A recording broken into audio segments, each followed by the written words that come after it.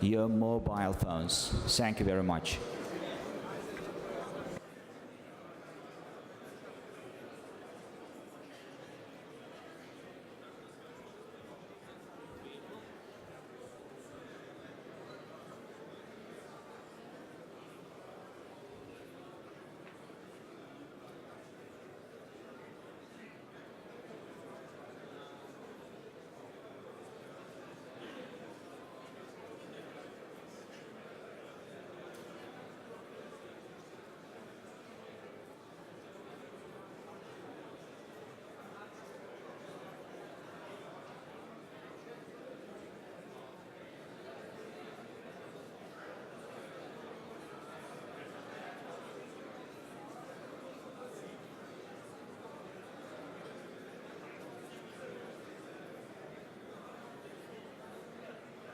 Bir, iki, üç, dört, beş. Bir, iki, üç, dört, beş. Texniki yükleniş. Vəstiva 3. Bir, iki, üç.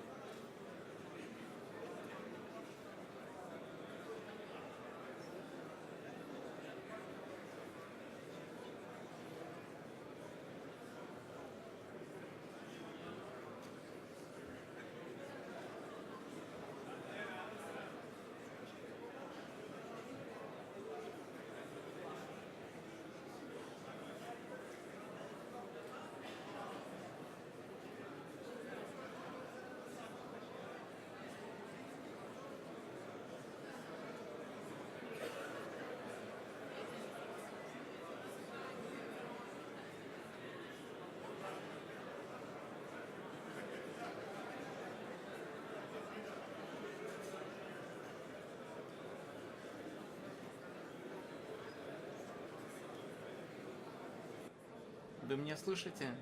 Вы меня слышите, да? Слышно? Здесь говорит английский. This is the English booth speaking. This is the English booth speaking. 1, 2, 3. 1, 2, 3. I'm delighted to be here today to address you, such a representative audience.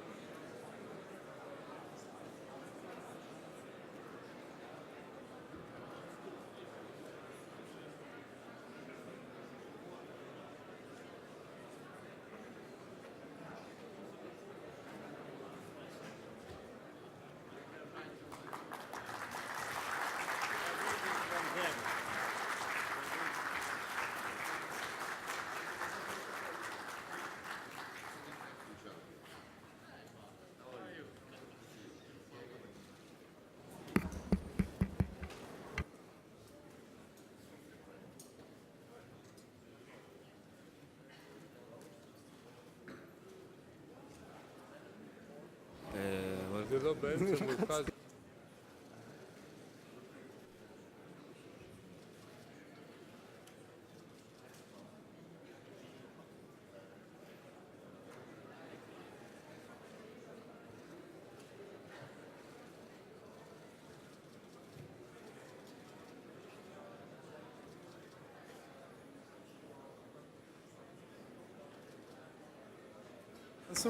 כן. נדבר.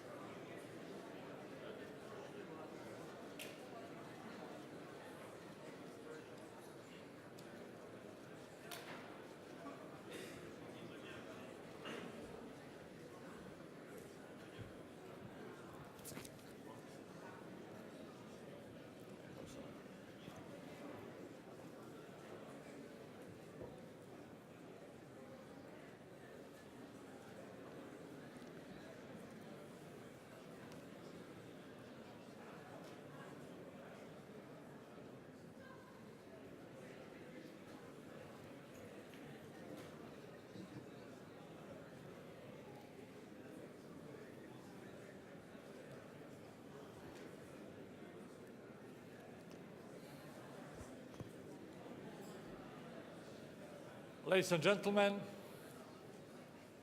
dear colleagues, it's my pleasure to open 23rd annual session of Parliamentary Assembly in Baku, Azerbaijan. But let me first begin by extending the Parliamentary Assembly deepest gratitude to our hosts, the city of Baku and many miles of Azerbaijan. We are thankful to the host to the warm hospitality and excellent organization of this assembly. It's my special honor that the leadership of Azerbaijan state, President Mr. Ilham Aliyev, and President of Minimais Parliament of Azerbaijan, Mr. Oktan Asadov, are with us. And I'm especially grateful for head of PA delegation, Bahar Muradov, that she is equally important for this excellent Parliamentary Assembly annual session. And special thanks, like the excellent side of the cohesion inside the OSCE family, that the head of our organization, President of Swiss Confederation, and Minister of Foreign Affairs and leader of the OSCE family chairmanship in office, Mr. Didier Buchater. Thanks again for your presence here, like the special side of the cohesion and power of OSCE family. And please, now I'll call His Excellency, Mr. Ilham Aliyev, President of the Republic of Azerbaijan, to take the floor. Please, the floor is yours.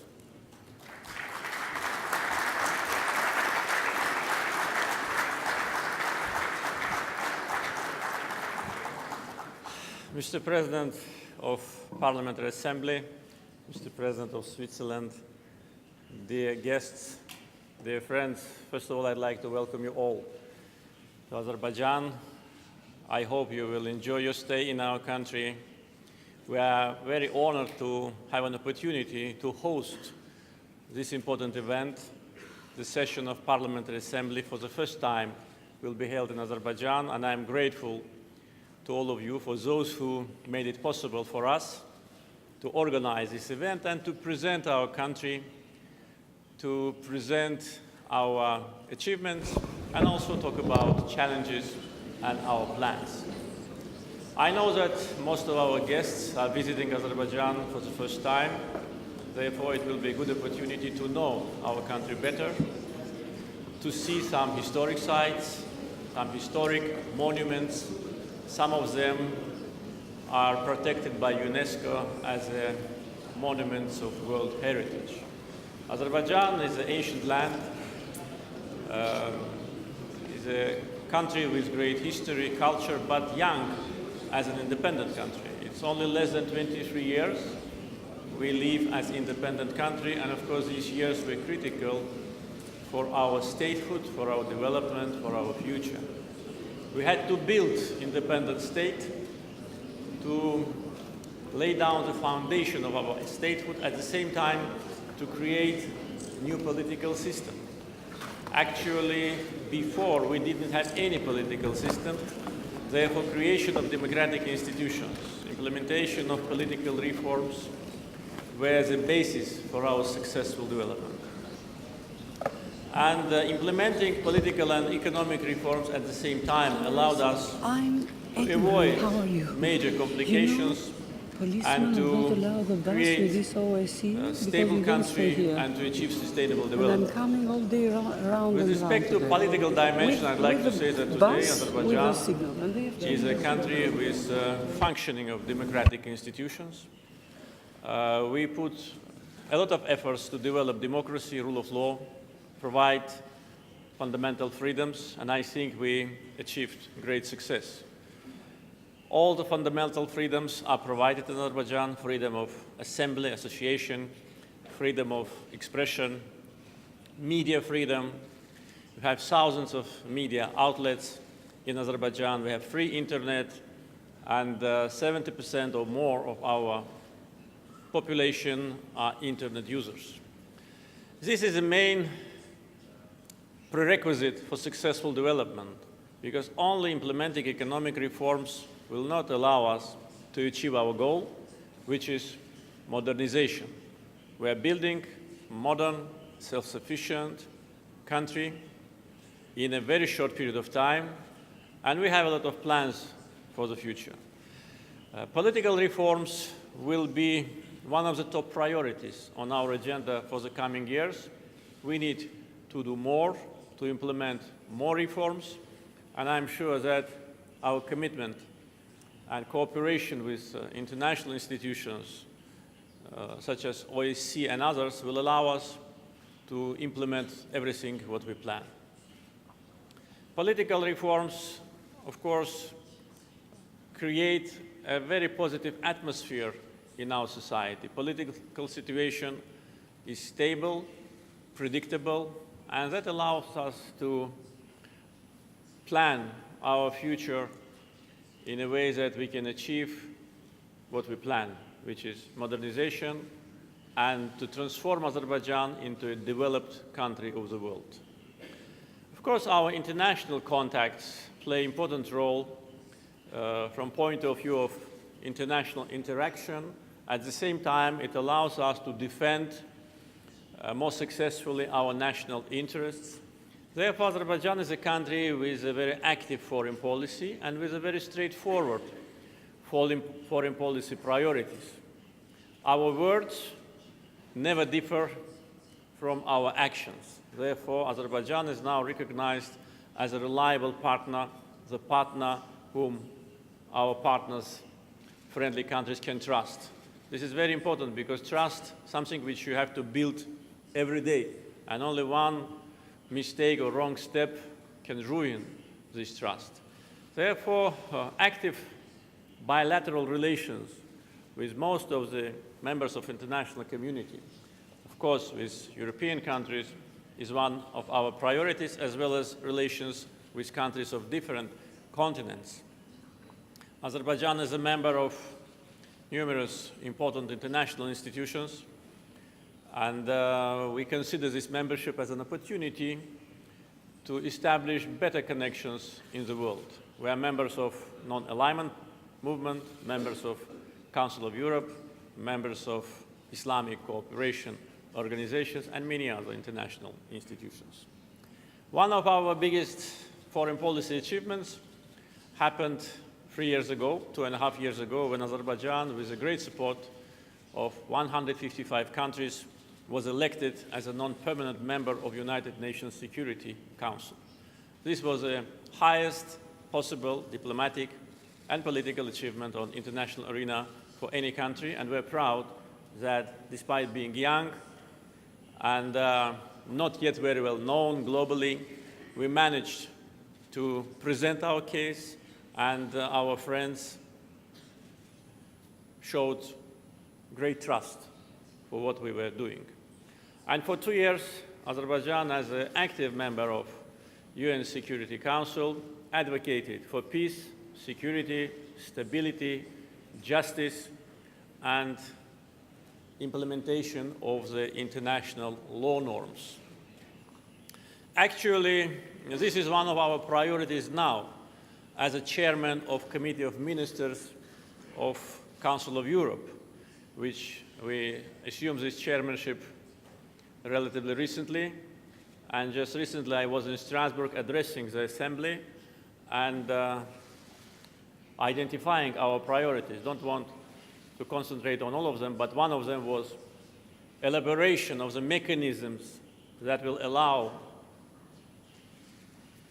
international law norms to be established globally, and the mechanism of implementation of international organizations' decisions and resolutions.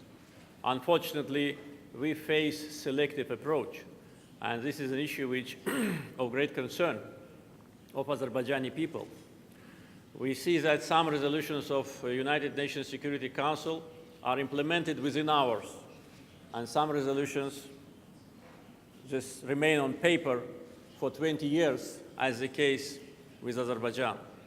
Therefore, elaboration of unified criteria and mechanisms of implementation of international organizations' decisions is one of the main priorities for us as a chairman of Committee of Ministers of Council of Europe, and I think for the international community. Otherwise, the decisions of these important organizations will remain on paper, and the credibility of these organizations will suffer. Azerbaijan is suffering from this situation because for more than 20 years, we are suffering from Armenian aggression and occupation. Nagorno-Karabakh is a historic part of Azerbaijan, ancient Azerbaijani land, which is occupied by Armenia for more than 20 years. 20% of our internationally recognized territories is under occupation. 1 million Azerbaijanis became refugees and internally displaced persons on their own land. We were subject of ethnic cleansing. Armenians committed genocide against Azerbaijanis in the city of Khojaly, the genocide which is recognized already by 10 countries of the world. International law norms are violated. United Nations Security Council adopted 4 resolutions demanding immediate and unconditional withdrawal of Armenian forces from occupied territories. These resolutions remain unimplemented, remain on paper. OSCE decisions, particularly decisions of Lisbon Summit, which clearly identify what steps should be taken in order to resolve this conflict, are also remain on paper. European Parliament, Parliamentary Assembly of Council of Europe, Islamic Cooperation Organization, and others, including non-alignment movement, adopted decisions and resolutions, but Armenia simply ignores this. They do not want to liberate the territory which does not belong to them. They want to keep everything unchanged. They ignore even OSCE Minsk Group's co-chairs countries' president statement. Presidents of United States, Russia, and France made it very clear that status quo is not acceptable. And that means that status quo must be changed. In order to change status quo, Armenia should start withdrawal of its troops from our lands, but Armenia ignores these statements. Therefore, implementation of resolutions of international organizations, restoration of territorial integrity of Azerbaijan, and resolution of the conflict based on the principles of territorial integrity of countries is the main prerequisite for successful resolution of the conflict. As far as the principle of self-determination is concerned, if we look carefully at the Helsinki final act, we'll see that self-determination should not undermine territorial integrity of countries. And plus, Armenians already have their independent state. They already self-determinated themselves. And there are no reasons why they should have another Armenian state on historic Azerbaijani territories, taking into account that the first Armenian existing state is created on Azerbaijani lands. OSCE sent 2 missions to occupied territories, fact-finding mission and field assessment mission. Both of them reported about total devastation on the occupied territories. It's a dead zone. Our cities are leveled to ground. Our historic buildings destroyed. Our mosques and cemeteries destroyed by Armenia. This is the evidence of fact-finding and field assessment missions. We are grateful to OSCE for these initiatives, but unfortunately these reports again play no role in the resolution of the conflict. We need resolution of the conflict. That's what our country needs, our people need, our refugees, and the region needs that, because Armenian-Azerbaijan conflict is a major source of threat to the region. And the best way to reduce tensions and to build confidence-building mechanisms and strengthen confidence-building measures will be beginning of withdrawal of Armenian troops from the territories of Azerbaijan. Despite the conflict, Azerbaijan demonstrated a rapid economic growth. We were the fastest growing economy in the world during the last 10 years, and social and economic reforms led to prosperity reduction of unemployment and poverty. I think this is one of the biggest achievements of our government, that the rapid economic growth was supported by strong social policy.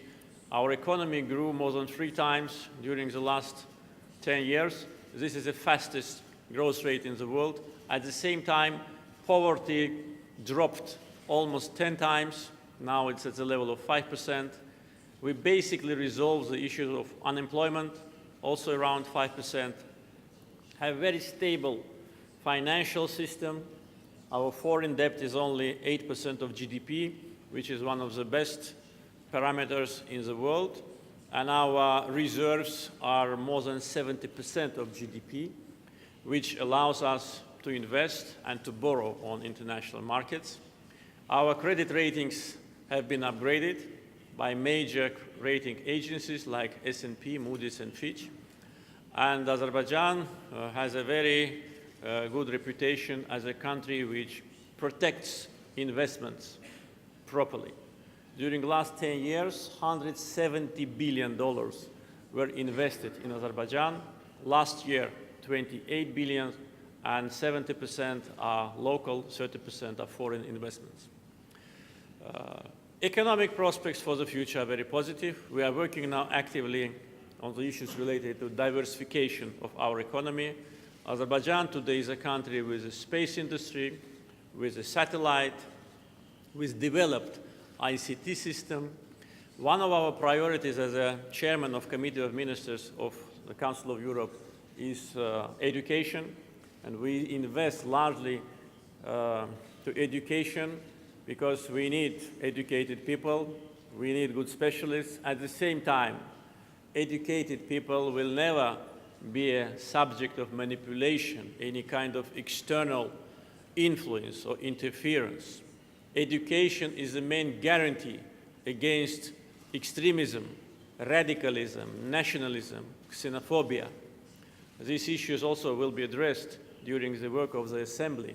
I can tell you that Azerbaijan's experience can be examined because in our society, multiculturalism is one of the elements of our success. We are multinational, multi-religious country, and this is one of the biggest assets of Azerbaijan, that all the citizens of our country, regardless their religious or ethnic origin, enjoy the same rights and privileges. We live like one family. We celebrate holidays together with different representatives of different religions. This is really a unique experience which is highly appreciated globally. And in today's world, when we sometimes see very dangerous trends of alienation, selectiveness, whether it's in Europe or in Asia or in the Middle East, in our neighborhood, we need to address these issues and to raise these issues. So we need to talk about that and see positive signs of success. Otherwise, if we just pretend that these issues do not exist, or we would not raise them on international fora, I think the situation can only aggravate, because the tendencies, unfortunately, move not in the right direction. Today, national security of the countries cannot be separated from energy security. And OSCE's Organization for Security and Cooperation in Europe, Azerbaijan contributes to security and cooperation. And through energy diplomacy, we established already regional cooperation, and we're expanding this cooperation. Today, our plans go beyond our region, and along with traditional partners and allies in energy policy, today we invite our European partners to be part of our initiatives. Azerbaijan is the first country in the world which connected Caspian, Black Sea, Mediterranean with a diversified network of pipelines. And that allowed us to diversify our supply routes, so we do not depend on any supply route, and that's important for us as producers. And also we help to diversify to our partners to get additional sources of energy resources from our structures, from our oil and gas fields. contributes to energy security of Europe. And EU-Azerbaijan relations also partly are based on energy cooperation. And in an agreement, in the memorandum which was signed between President of European Commission and myself 3 years ago, Azerbaijan is identified as one of the main supporter and enabler of the Southern Gas Corridor. Southern Gas Corridor is a historic project initiated by Azerbaijan. We've taken the biggest financial burden, the biggest responsibility, and we are implementing this project. Today, Southern Gas Corridor consists of 3 important elements. It's production from one of the biggest gas fields of the world, Shah Deniz, transportation, and diversification. And transportation is through 3 pipelines, which actually, when construction completed, will make one big pipeline from Baku to Europe, particularly to Italy. This is Trans-Anatolian pipeline, South Caucasus pipeline, and Trans-Adriatic pipeline. This is the biggest infrastructure project of Europe implemented now, and Azerbaijan took the leadership in delivering this project, a historic one, which will change the energy map of the region and of Europe, and which will be to the benefit of us, producers, transitors, and consumers. And in energy policy, in energy security, and energy diplomacy, the balance of interest between these 3 components is the main prerequisite for success. I'm glad that we achieved that, and in coming years, together with our partners, we'll implement this historic project. As you can imagine, I can talk a lot about our country and cover many other important aspects of our life, but I think for us, one of the big advantages today is that we have so many guests here in Baku. So for several days, you will be able to know more about Azerbaijan, to see Azerbaijan, to meet people, to have your own judgment, your own impression, and I'm sure that many of you will come back in the future to continue our partnership and dialogue.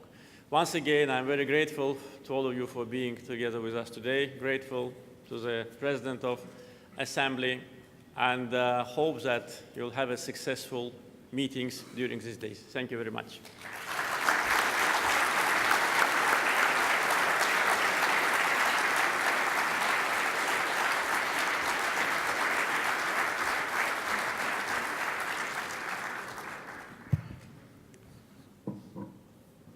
Mr. President, again, plus this time we have the privilege that with us is Chairman of Committee of Ministers of Council of Europe, Mr. Foreign Affairs Mohamed Yarov, parliamentarians and distinguished guests.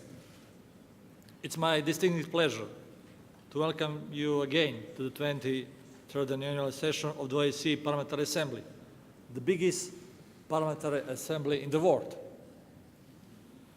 On this day, 100 years ago, occurred event pushed the world into the biggest human catastrophe until that moment.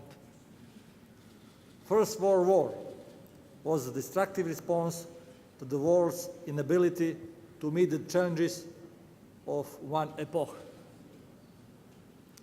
It was demonstrated again that history has no mercy when challenges get unresponded, when problems get accumulated. That has always been a fertile soil for easy slipping into the massive destruction. Our organization is showing the strong understanding for such historical lections. Our willingness to confront the most demanding issues of present world is a clear evidence for that.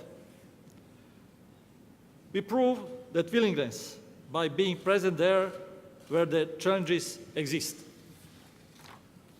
Respect for the others, determination to understanding the others, finding space for dialogue rather than finding excuses not to communicate.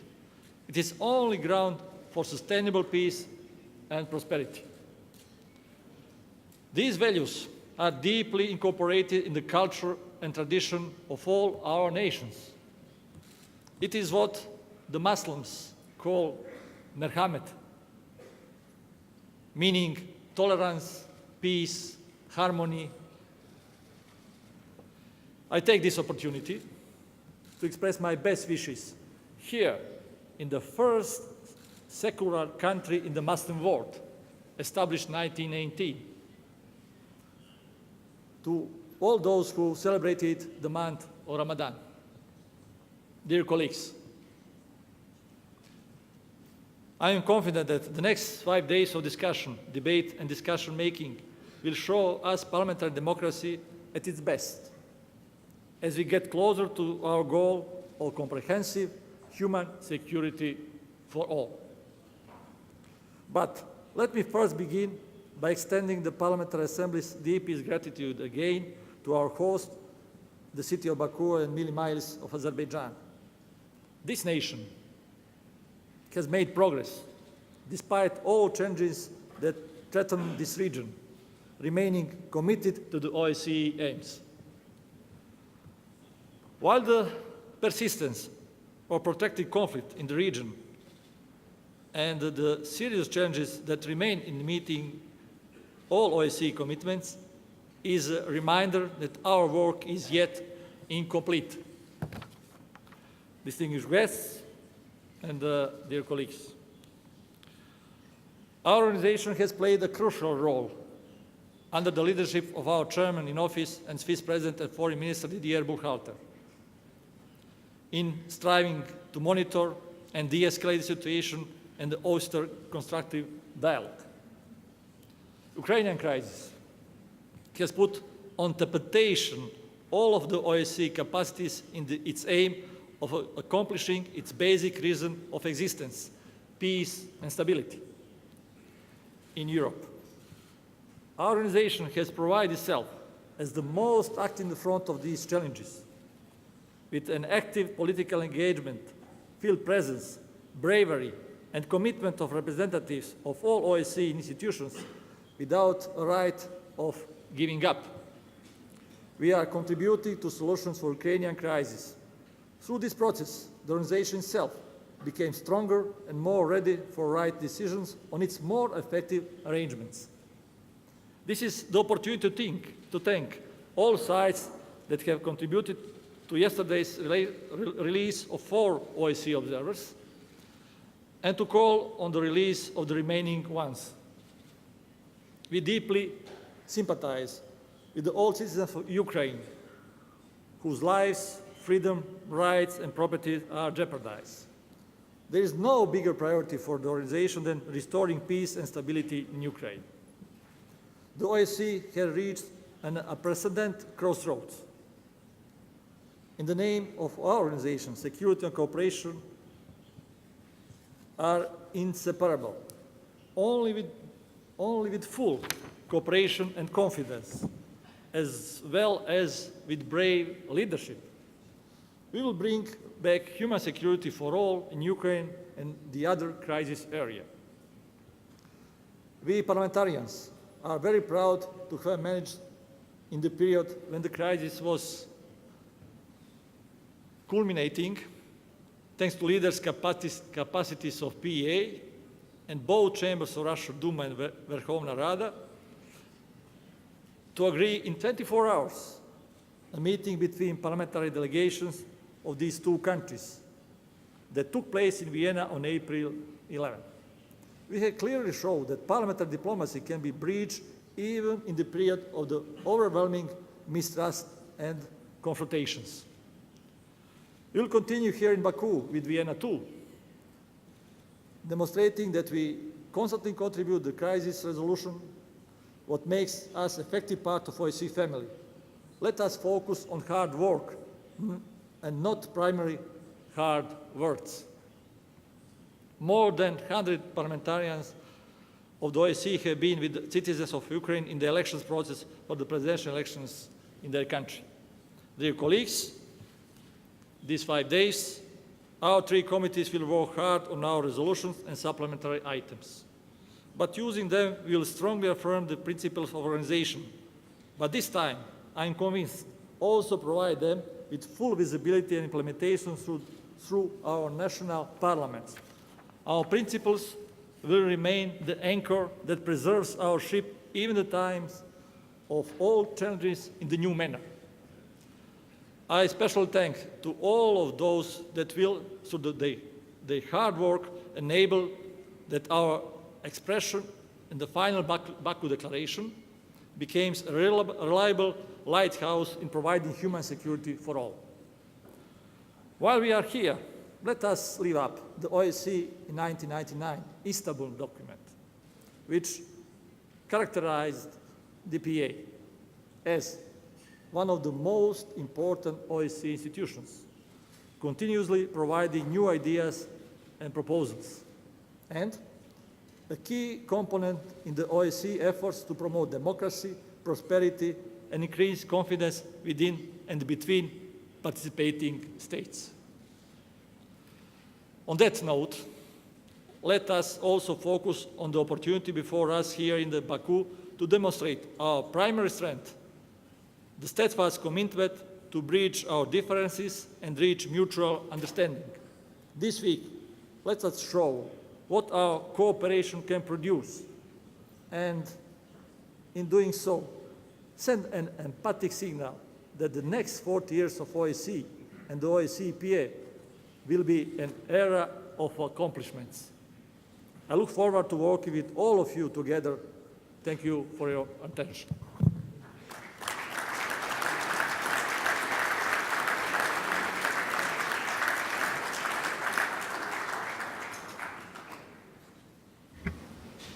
Now I have the privilege to call President of the Azerbaijani Parliament, Mr. Oktay Asadov. Please, the floor is yours.